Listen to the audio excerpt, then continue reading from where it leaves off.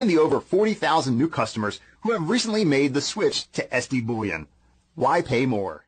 Hey everyone, I just created a new website, financeandliberty.com. On the website, you can subscribe to our newsletter, so you can keep up to date with all our original interviews and some of the best financial videos and articles from the web. And as usual, it's totally free of charge. So what are you waiting for? Click here and sign up today. Hey everyone, this is Elijah Johnson with financeandliberty.com, and with us today is Clif from halfpasthuman.com. Clif, thank you so much for joining us today. Glad to do it. It's a nice break in the day. All right. Well, I'd first like to discuss what your web bot is saying about gold and silver. Do you want to first tell us a little bit about the, calculations you do, and then also what they're telling you about gold and silver right now? The calculations I do are based entirely on a system of assigning numerics for emotional qualifiers and then assigning those emotional qualifiers to words. So I'm basically summing up, if you will, emotional tones that are assigned by my system to various different memes out and about. Excuse me. And so the emotional tone has been predictive in the past and continues to be so when we get out of our own way and sort of let it happen, if that sort of makes sense. Yeah, and for our viewers, what are these emotional tones? Well, for instance, on individual words, you can have a spread of emotion. Well, it gets really complex. Okay, there's two basic kinds of emotions. There's building tension motion and release of tension emotion. And the difference between those is how your body actually physically reacts in its processing of that emotion. So some emotions are happy emotions or sad, but they're release emotions. So you could be jumping up and down for joy or jumping up and down in horror or weeping, and they're all release emotions. And the other side of it are building tension emotions, where your body sort of like contracts, if you will. Your muscles get tight, and you build up stress hormones. And so we can actually qualify and quantify emotions based on this division. And then we bring in things like this guy's Plutchik's wheel of emotions that I've added another layer on to tie it into the body. And then we tie all those emotional parameters to various words, because those words are either expressions of our reaction to an emotion, or they sometimes can cause us to react emotionally. So if someone's screaming at you, yes, you are reacting to the screaming part, but there is still an emotional attachment to the individual words that are being used. Frequently it doesn't matter what they're saying. The abuse is in the tone and so on. And what my system does is we've assigned these values to all these different words. When the words show up relative to our prescient keywords, then we make we make sums in the categories of things like a duration of emotion, propagation of emotion outward from the original point of contact in our system, intensity of emotion based on its type, release or building tension, aggregation of emotion, whether it's a propagation emotion. In other words, if I come on up and I'm really in an angry mood and I'm the original emotive force, and I come and I slap you across the face, you will have an emotive reaction from that, and so that's sort of the propagation of the emotion, but it doesn't necessarily have to respond with anger. If I'm angry, it doesn't necessarily mean that a propagation is going to respond with anger. And so there's all these nuances that go on, and all these are summed up by my computer algorithms and delivered with some level of confidence. Let me put it that way. We've been pretty spectacularly right in the past, and we're frequently wrong. But the frequently wrong part is so small, it still puts us way above chance. Sort of make sense? Yes, and how does this then relate to gold and silver, and what does your webbot then say for the current state of the gold and silver markets? Okay, so very good. How do you tie it to such thing as a material reality? Okay, we have to first acknowledge that the material reality of gold has an emotional range in it. Okay, so some persons can hold gold and they get an actual physical body response to it, and it makes them happy just holding it. It changes their emotional tones. They're really hooked for it, right? And all the way at the other end are those people that are, rather clinically considering it to be an asset, but they will still have positive or negative emotions around it based on their idea of wealth and so on. So again, we're dealing with human emotion and abstraction. So for all my system has to do is to find the word gold and then sweep around it in the internet and pick up all the words around it, and then it goes through a very complex linguistic analysis processing, and it tells me the contexts of the emotional values. I don't really care much about the words it brings up. I'm interested in the emotional values for these many different array vectors, such as I pointed out, intensity, duration, propagation, etc. And I have a multidimensional array that's 8 by 8 and 10 deep, so we can really encode a lot of information about emotional parameters around a word as well as the context from which it comes. So what is your webbot then saying about the gold and silver markets right now? Emotionally, for probably the last 3 years, we've been on a very steady upward pressure with intermittent lapses of attention, or I guess you'd have to say a failure to put any emotional impetus into the markets. And then that changed in early 2016 or so, and the emotional tone on gold and silver became very much more aggressive. And so the intensity levels rose, as well as the duration of the emotional impact, but we had yet to see the propagation values go out. By propagation values, this is where these emotions propagate out into areas that are not within their normal niche. So it would be usual for me to see a discussion of gold on a gold site, but to see a discussion of gold panning, any of these kind of words, gold, any excitement words about gold, and to find that in a gardening forum or a bread baking forum or a quilting forum is unusual, exceptional, and should be meaningful within my system. And we've seen a lot more of that language in the last 4 or 5 months, to the point where our latest report is saying that we're just about to break out into a gold rush kind of a mentality within the United States, let's say over the next 3 or 4 months. It comes out in the shorter term data, which has a range of about 3 or 4 months. So a lot more people are going to be excited about gold. And already are. We've seen an uptick of probably 7 or 8% in manifesting language that we use to reconcile against the actual or against the forecast. So we're already seeing that uptick in manifesting linguistics around gold that are going to lead to the idea of a gold rush. Now, this is coincident with very I guess we'd have to say pressured language around silver. And so we're getting pressured language around silver at emotional levels from various different viewpoints. So we have a lot of oppressive language, a lot of suppressive language, not very much in the way of positive excitement language, a lot of anxiety language all around silver. And the curious part around this, though, is the context in which we're getting a lot of the anxiety language is not on the part of the people that you might think of as silver investors or silver stackers, but rather is on the coming through from context that clearly can be identified as being industrial or governmental. So they're worried. Now, I know back in 2010 and 11 we saw a big bull run for silver and also gold. Is your webbot kind of showing the same signals that it saw back then? Actually, we're seeing the same kind of things that were manifesting in 2007.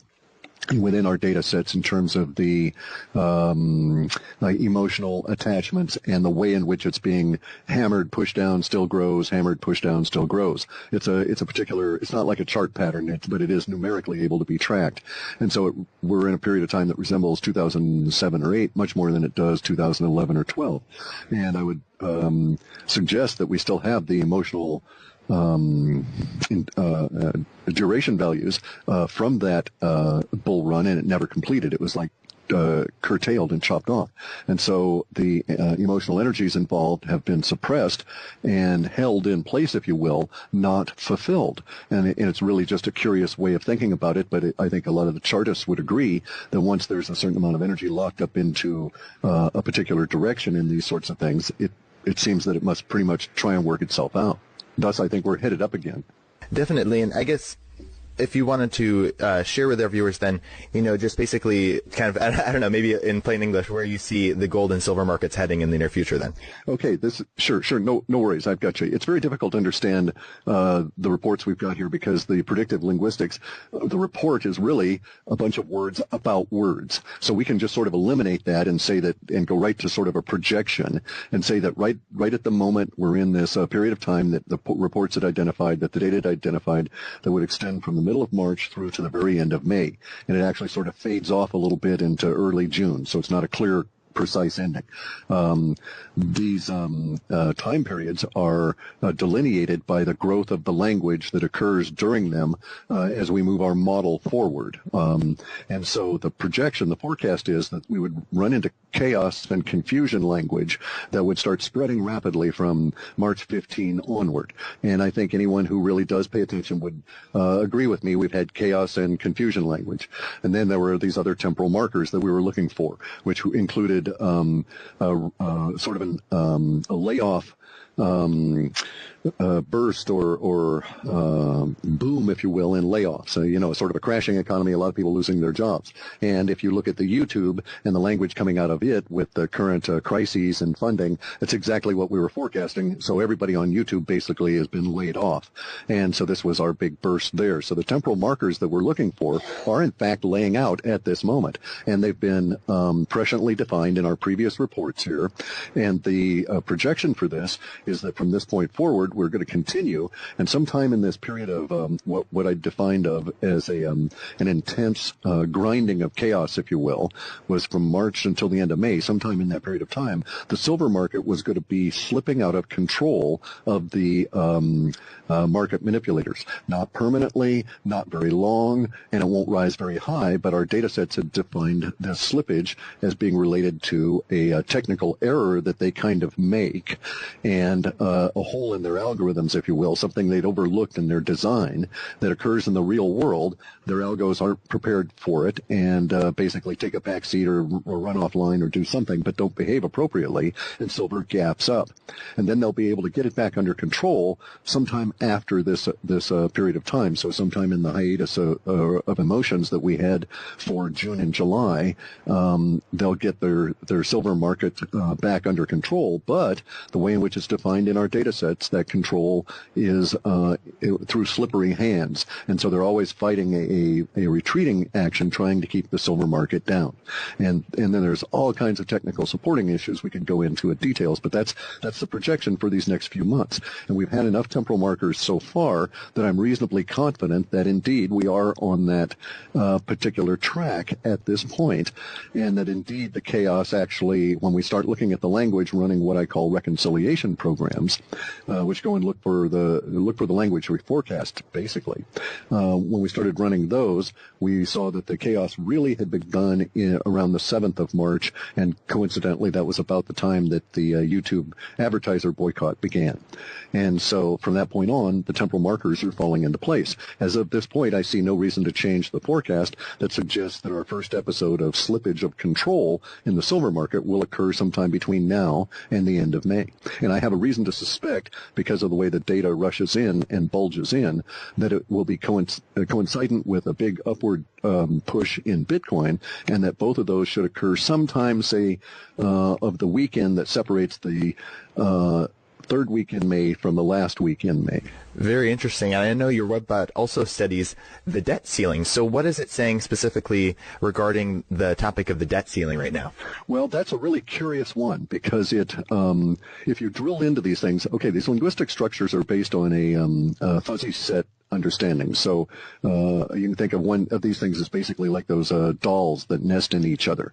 And so as you get further and further into the details, in our case, the dolls actually get bigger. There's a lot more details, but they become less meaningful unless you drill down, so to speak, from the smaller elements into the larger masses. When we do this around the debt ceiling, we find that there's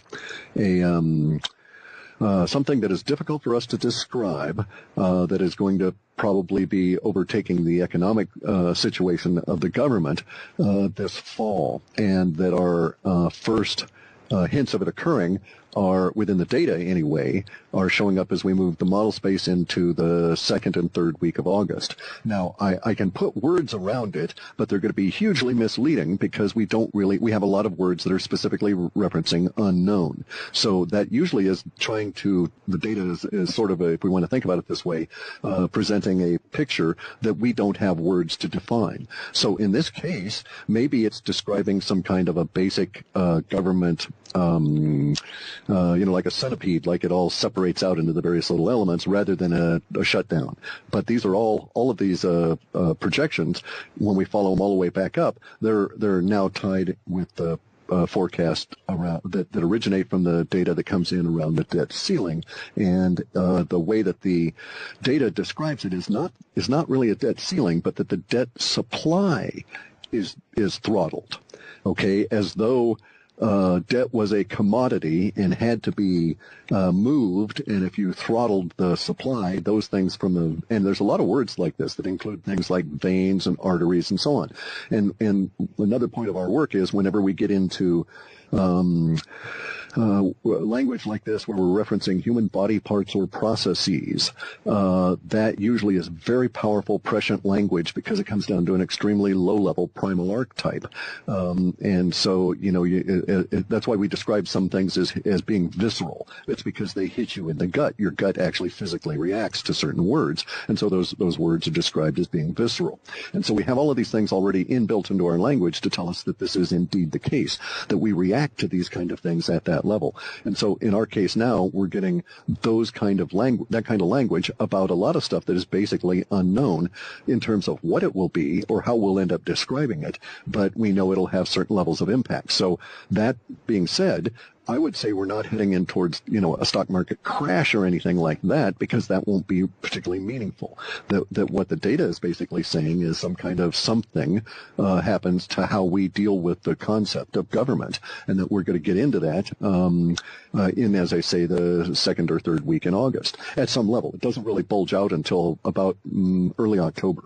One of the other topics I'd like to discuss today is Russia and China and how they could be maybe attacking the dollar right now with gold. What is your webbot saying about that right now?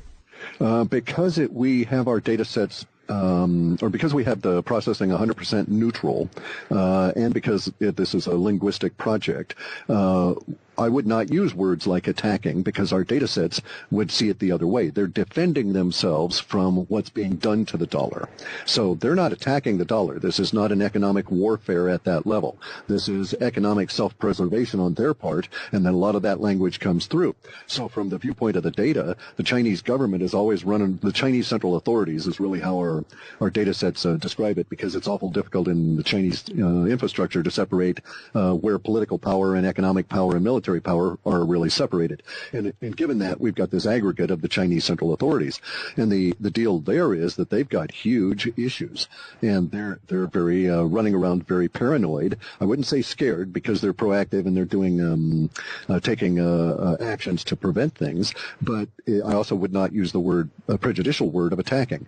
It does show all kinds of actions on the part of these two countries trying to preserve themselves against what they see as a behemoth frothing at the mouth with some kind of dire internal disease and a brain structure that is absolutely rotted out with syphilis. And so you can't, from their perspective, they can't make any plans at all that relate to the USA with any surety at all, other than to be very defensive with everything, simply because there's no way of predicting exactly how the syphilitic beast is going to flail around next.